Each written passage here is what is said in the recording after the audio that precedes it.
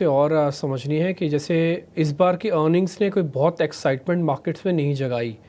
क्या अगली बार की अर्निंग्स इस बार की अर्निंग्स से थोड़ी बेहतर होगी?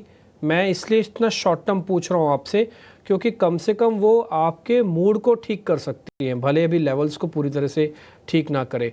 तो इस बार की जो आने वाली कमिंग अर्निंग्स है या फिर उसके आने वाली एक और क्वार्टर है, मैं 2 क्वार्टर को इस बार के क्वार्टर से बेहतर मान के चलूँ? ऐसा लग रहा है कि बेहतर होगा, पर ऐसा भी नहीं कि बहुत बेहतर होगा। मार्जिनली बेटर होगा वैसा लग रहा है, क्योंकि दिवाली का सीजन और उसके बाद अभी एक बड़ा मैरिज का सीजन है। नवंबर, दिसंबर, जनवरी, फेब, तो ये दोनों चीज को मिला के अगर देखें तो हाँ, दिसंबर क्वार्टर और मार्च क्वार्टर फर्स्ट हाफ से बेटर होंगे, बट ऐसे बहुत सिग्निफिकेंटली बेटर हो वैसा नहीं है, क्योंकि जो इस हिसाब से डिमांड पिकअप लगा था 6 महीने पहले, वैसा ऑन द ग्राउंड फिलहाल है नहीं। आप देखोगे तो ऑटो नंबर देखोगे तो सब सिंगल डिजिट ग्रोथ है। कंज्यूमर कंपनीज के नंबर्स देखोगे तो सब जो भी मंथली नंबर्स आ रहे हैं, सब में सिंगल डिजिट ग्रोथ आ रही है। किसी में भी डबल डिजिट ग्रोथ अभी तक नहीं आई है। लेकिन अभी फेस्टिव सीजन और जो मैरिज सीजन वो चालू होने वाला है, तो हम आशा कर रहे हैं कि इस सीजन की वजह से आने वाले 2-3 महीने में थोड़ा डिमांड पिकअप होना चाहिए। ठीक है, तो ये नज़रिया डिमांड एनवायरनमेंट को लेकर, लेकिन इसके अलावा पीएसयू और डिफेंस स्टॉक्स पर नज़र डालना चाहूँगी। सभी स्टॉक्स 52 वीक हाई से करीब 50% तक गिर चुके हैं। आपका नज़रिया क्या रहेगा वैल्यूएशन को लेकर, और इस गिरावट के बाद क्या डिफेंस स्टॉक्स में अब खरीदारी की जा सकती है?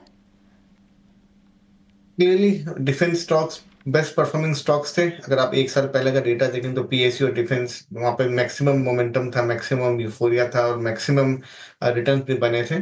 और अब ये जो करेक्शन, जैसे आपने कहा 30-40% सब में करेक्शन आया है, तो पॉकेट्स में कोई कोई जो कंपनीज हैं वो डेफिनेटली अब अट्रैक्टिव हुई है। हमने हमारा डिफेंस एक्सपोजर हमारे पोर्टफोलियो में काफी कम रहा है हमेशा से, क्योंकि ये स्टॉक्स हमारे लिए हमेशा से महंगे रहे हैं।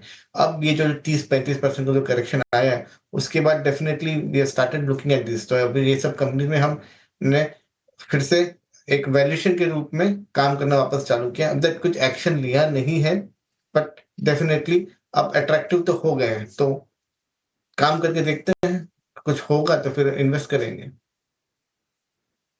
अगर बात करें फाइनेंशियल स्पेस की, तो एक कंसेंसस कॉल ज़रूर फाइनेंशियल्स पे पॉजिटिव हम बनते हुए देख रहे हैं, क्योंकि वैल्यूएशन का भी कंफर्ट ज़रूर है। पर ख़ास तौर से एमएफआई सेगमेंट पे अमन, आपका क्या व्यू है? क्योंकि यहाँ पर हाल फिलहाल जो भी अर्निंग्स आए वो भी बहुत ज़्यादा सपोर्टिव नहीं थे, कुछ एक स्टॉक्स में काफ़ी करेक्शन देखने को मिला। पर क्या व्यू रखते हैं आप इस पूरे स्पेस में, और क्या यहाँ पे कोई वैल्यू ऑफ पॉकेट्स आप तलाश रहे हैं? एमएफआई स्पेस में ये था कि सेकेंड क्वार्टर में थिंग्स बॉटमिंग होने वाली थी। जो कंपनीज ने गाइडेंस दिया था कि भाई second quarter will be the bottom, उसके बाद से हम रिकवरी देखेंगे।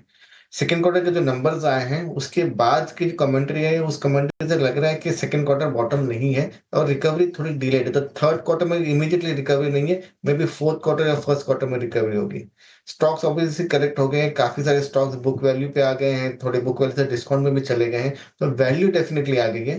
बट मुझे लगा कि इन्वेस्टर्स इस एमएफआई सेगमेंट में तभी आएंगे जब उनको दिखेगा कि भाई हाँ, अब बॉटम हो गया है या अब अर्निंग्स में रिकवरी आने वाली है, जो कि फिलहाल थर्ड क्वार्टर में नहीं दिख रहा है। तो मुझे लग रहा है कि आने वाले 3 से 6 महीने के अंदर इस सेगमेंट में बॉटमिंग प्रोसेस या इन्वेस्टमेंट के लिए जगह बनेगी। तो 3 से 6 महीने का व्यू है हमारा एमएफआई सेगमेंट में निवेश करने का।